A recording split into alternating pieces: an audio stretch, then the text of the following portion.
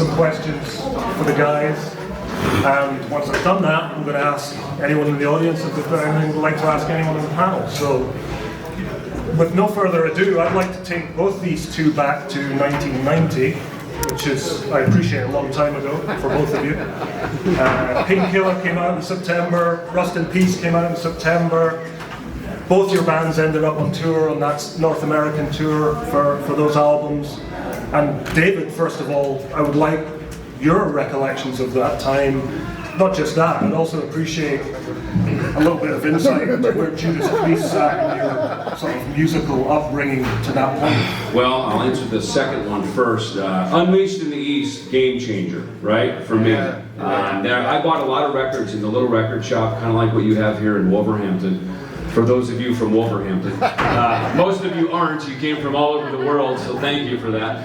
But I would walk in and I would see record covers and I'd buy them just based on that. I'd take them home, and Unleashed in the East is one of those. In particular, KK on the cover with the boots and the flying V and the blonde hair. So thank you for that. Yeah. That's quite honestly the reason I'm here. That was that. And then, you know, as we became a professional musician, you know, after I moved to LA, Mustaine and I started Megadeth. You know, it's funny, Judas Priest was a common link between me and Dave.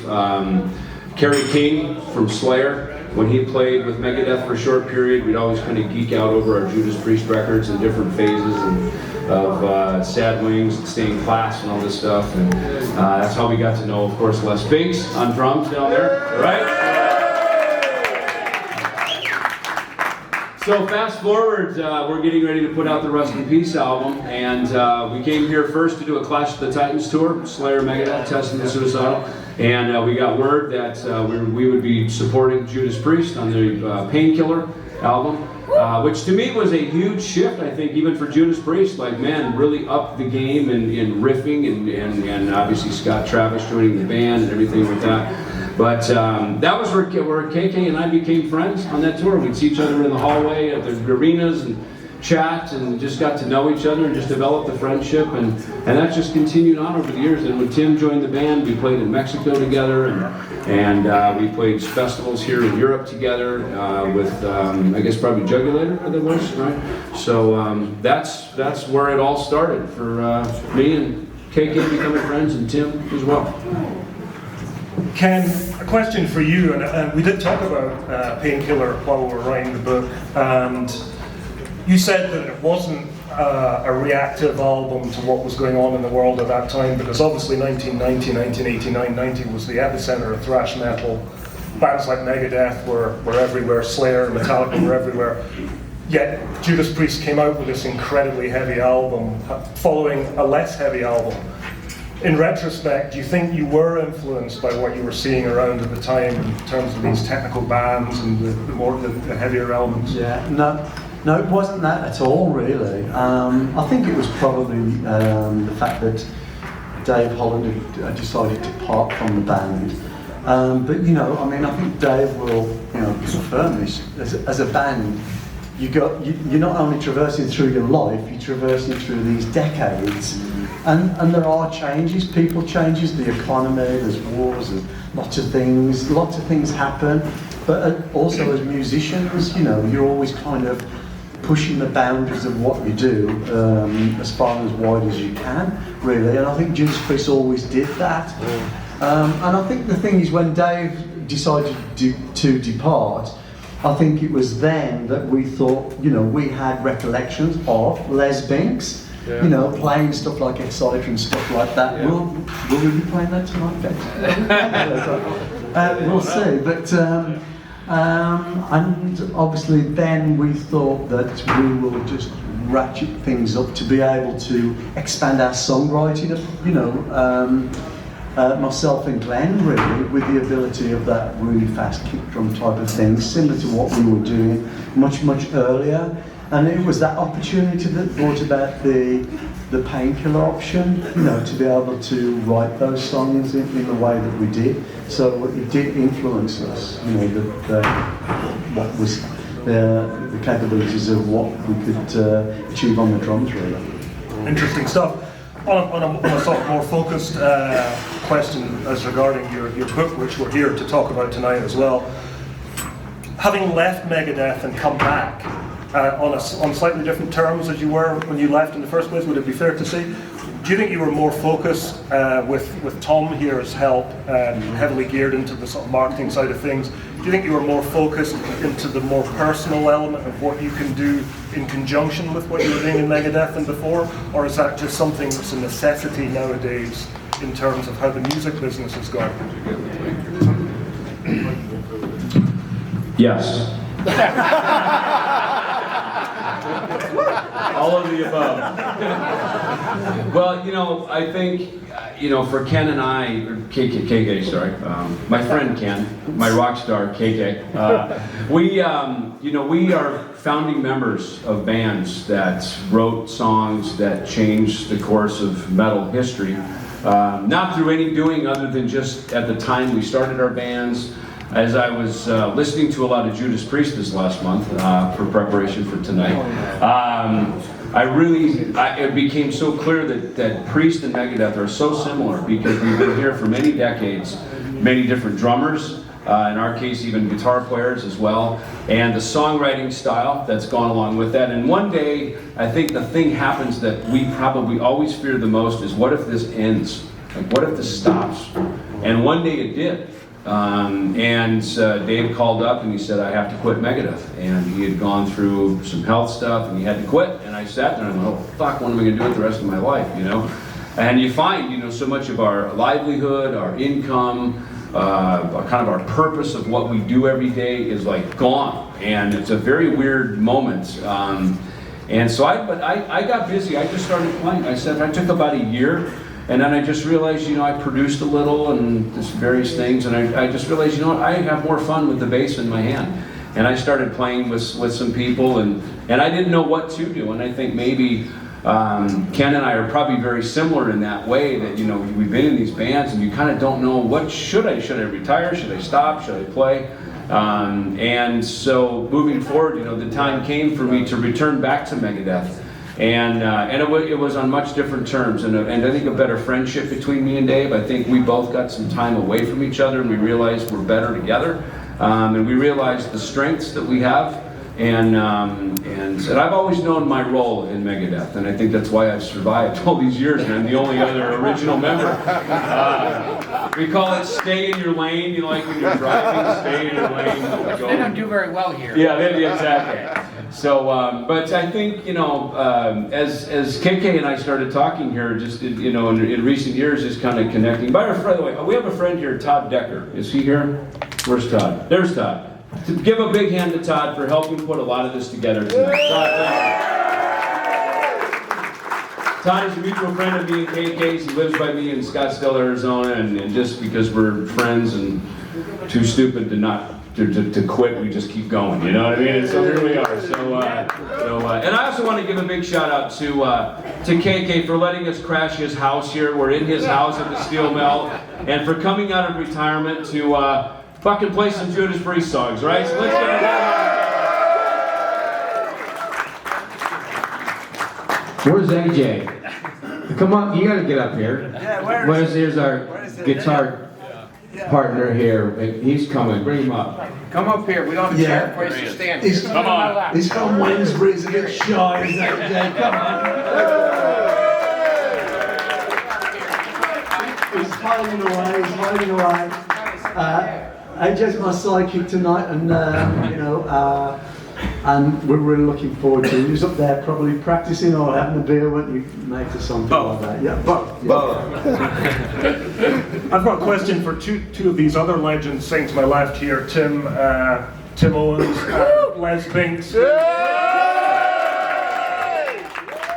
I'm concerned, both integral parts of Judas Priest. The albums that they performed on, to me, as valuable to the catalogue as any of the Listen, you others. just want to write a fucking book about it. So he's sucking up really big. Mega's writing a fucking book. That's what he's doing.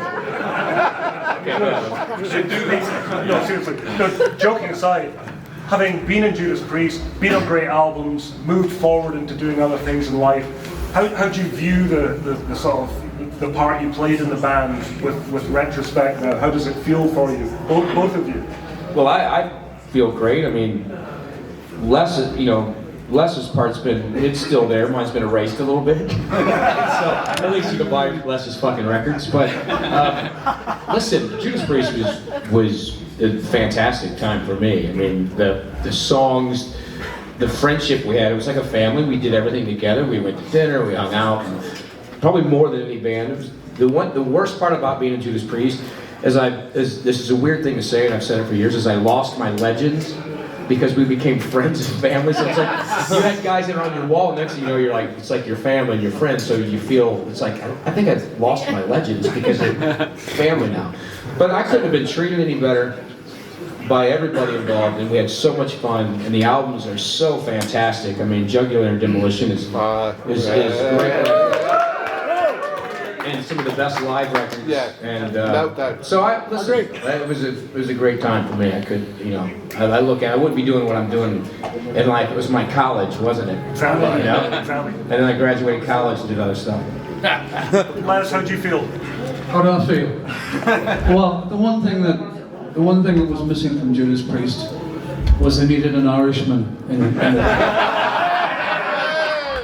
So I kind of filled that gap, Yeah. But it was a lot of fun, and I've been playing a lot of this stuff again recently with my own band, and it just brought back all those memories and what a lot of fun it was to create that music in the first place, and what a lot of fun it was to play it live as well. So I'm really delighted to be here tonight and to be doing this all over again.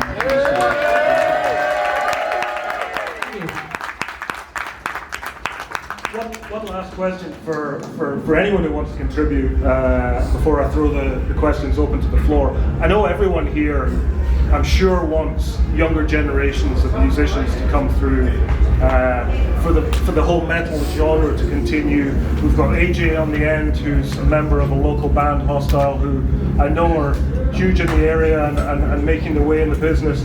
I know that Dave's involved in the rekindling, reinvention of Combat Records. Very important label with Tom here. So important in terms of many of the bands that we now know as household names and are continuing. In the same vein, KK's here with the Steel Mill, encouraging a local venue, continuing to encourage local bands.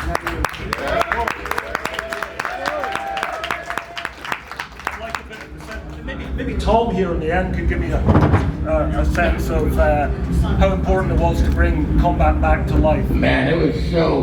Look, when I called David and I said we could acquire Combat, he's like, "Fuck Combat Records." And they have the worst experience. And as we were writing the book, More Life with Death, we kind of dove into that a little bit. Me as a fan, I had a different experience. To me, Combat was one of the big three of metal labels, with Metal Blade and Megaforce, and later Roadrunner. And Combat to me as a fan was so important to the development of thrash metal and Exodus and King Diamond, Merciful Fate, some of the shit they had on that label, and it was just incredible. Megadeth obviously started on Combat, so it was so cool to be able to acquire it and bring it back. And it was really important to us to do it the right way.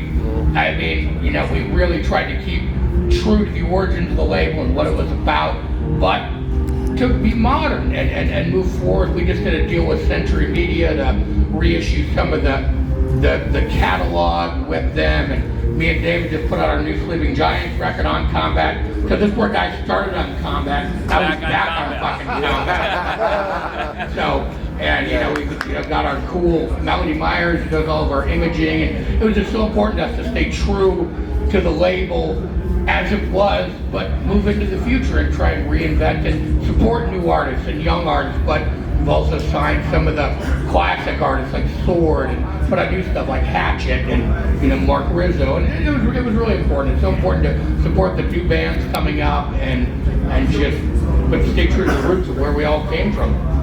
Great stuff. Which is right here, Judas Priest, Megadeth, the roots of where I came from. I don't know about y'all, but holy shit.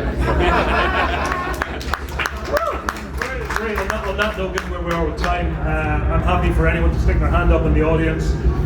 I'll point out to whoever I feel like pointing out to, and if you direct a question at whoever you want to ask the question, we'll go from there. So this gentleman in the front row here with his right hand up. Mr. KK, there were rumours that Priest are on the Ozzy Osbourne tour till it got cancelled because of Glenn Tipton's health. There were rumours that you might be guesting for the band. Is that correct? Yeah, no, I don't have any information at all in respect of any connection Right. of anything that the guys are doing. Right. You know, so I'm not So, focusing just on- rumours, but Just rumours, yeah. Shame. Thank you. This chap here with his left hand up. David, Yeah. how's David Stein doing? You've probably been asked several times. Yeah, no, I have. Yeah, no, Dave's doing well. He got through his treatment, the radiation, and chemo, and everything, and he just put out a statement last week about that. So he's just in recovery now. We plan on being back here in January at Cardiff and Wembley with Five Finger Death Punch. So yeah, we look forward to being back. Yeah. Very good. Yeah. Get up for Dave. Step forward, sir. My question is for Tim. With Spirits of Fire, we're going to put a second album, and if you ever tour, will you go to Malta?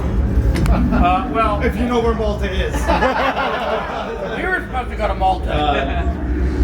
Hold on a second. We have a big fan. I'll take this one right in front of me. Hopefully there'll be another Spirits of Fire record. It was Steve DiGiorgio and Chris Caffrey who released those Spirits of Fire. But yeah, I mean, the goal is always to tour. If you can actually put it together with each band members doing different things and traveling. So I'll make sure that's on the tour schedule. Malta. Yeah, with the little dot underneath Italy, the words Malta is bigger than the dot. Okay. Well, I'm good at playing little dots. Come on, go shake your hand. We're Come done. here, come here. Come here, And we'll do it. Thank you. All right, buddy. You got it. Thank you. And we can help you with that. We can help you get to Malta. The left hand in the air. I have a question for KK, Justin from Metal Voice Canada. Do we have any plans in the nearby future to write new music with Rico White House?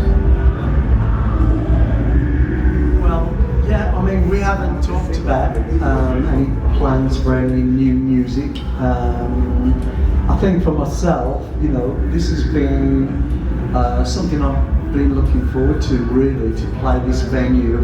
The venue's been here just over a year now, and lots of fans saying when you're going to get up KK and play for us. So I'm really indebted to all of the guys here, you know, including Ripper, to give me that opportunity. I honestly do not know what the future holds for me. I'm just here. Let's get this gig done, and let's see what happens from that point on. Thank you See very much. more of you. See more of you. Gentleman in the front row here. I've got a question for both Dave and KK. As you've got to know each other and become friends, what's the one thing that surprised you about each other that would surprise us, that you've learnt about each other? Wow. That's a good one. Wow. I don't know. You want to go first? I think actually, can I just say this? You know, I think that we have, since we got together to do this, literally, you know, a day or two ago, or you know, when we first met a couple of days ago, I think David's got a lot. We've got a lot of things in common, you know, just as we are as people. I think we like to be quite organised, and you know, I'm confident if I don't do something, Dave's going to sort it. You know, and I get that impression. So, you know, teamwork. I think we're pretty good because we tend to agree on a lot of, you know, like the monitor stage monitors today. We say, you know, it was me and Dave. Tim was going, I'm not sure about that, but I'm going, no, man, Dave. You know, we're down here.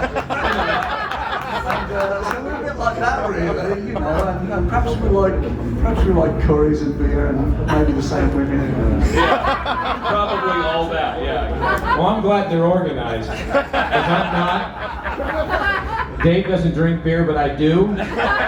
So everything works out fine. No, I would agree. It's kind of like we're brothers from another mother. You know what I mean? I look at KK and it's like staring myself in the mirror. Yet sometimes at the organization, and it's, you know, it's fun to be in a band with you. You know, it really is. It's fun to be in a band with KK Downing. Man. I've got a couple of questions for the audience here. Does anybody remember a song called Take on the World? Yeah! Any Wolves fans in the audience tonight? No. Okay, we'll forget that. We'll drop that from the set. Seriously, if we asked you to sing it, could you sing it? Not now. Lastly, if I can just steal the mic, can I ask my guitar partner for tonight, AJ over there, sitting in the dark? Get over here, AJ, have a word with the fans and tell them what you think about doing all this tonight.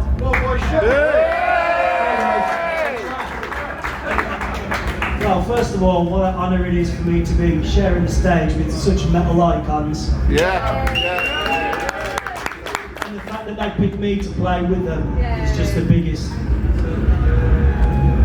What's exactly, there's no words. So I just want to thank all you guys for letting me get up there here tonight. And we're going to kick some ass tonight. Thank you. Okay, Mark. Time for one more question. If there's anything out there, that question at the front. Hello, Tim. I have one for you. Yes. You were saying there you were alluding and joking at the fact that the records you played on with Judas Priest are kind of buried. What does it feel like to be standing next to KK Downey and being able to resurrect your era with Les Banks by your side as well? Well, it's really great. You know, fortunately for me, I tour a lot solo and play those songs, Cathedral Spires and Bullet Train and Burning Hell. But it's a whole different thing to sit here and play with these guys and Les, because Les is, you know, just his tom fills are. I was just sit and watch him at rehearsal and watch his tom fills, and I'm like, oh, those are so good. And so it's something special to be able to play a couple songs and be able to talk about the album really with us here. So it is special to do it, and even more special to do it with David. And, you know, David and I played these songs before together. We played a couple, Burning Hell and 101. I think we played on the solo tour, so we've actually played them together. And KK had to relearn them.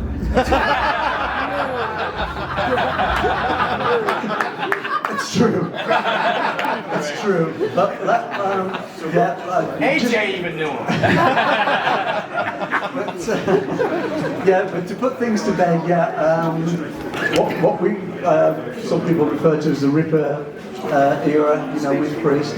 You know, I agree with Tim. The profile of those records, it's not where it should be. We'll be working together, and I certainly am working behind the scenes to make sure that those great records will be.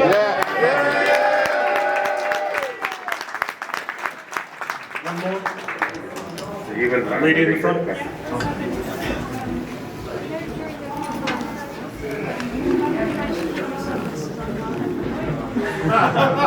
That's me. That was a horrible thing. I had these like sports strap things, you know, that held them on.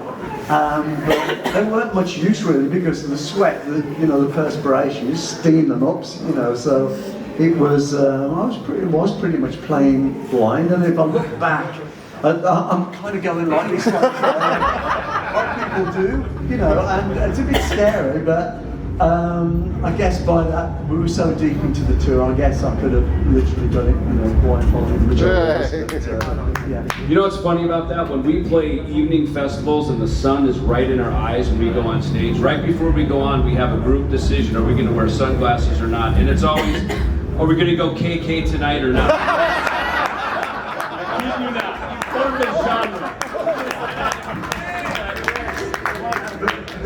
The affected eye was green and all sorts of colours, you know. So, and because you need your peripheral vision to have coordination, you know, going like this. You're better off just going like this. But that's how it was. All right, everyone. At this time of the evening, I'd just like to be hands together for everybody on the stage.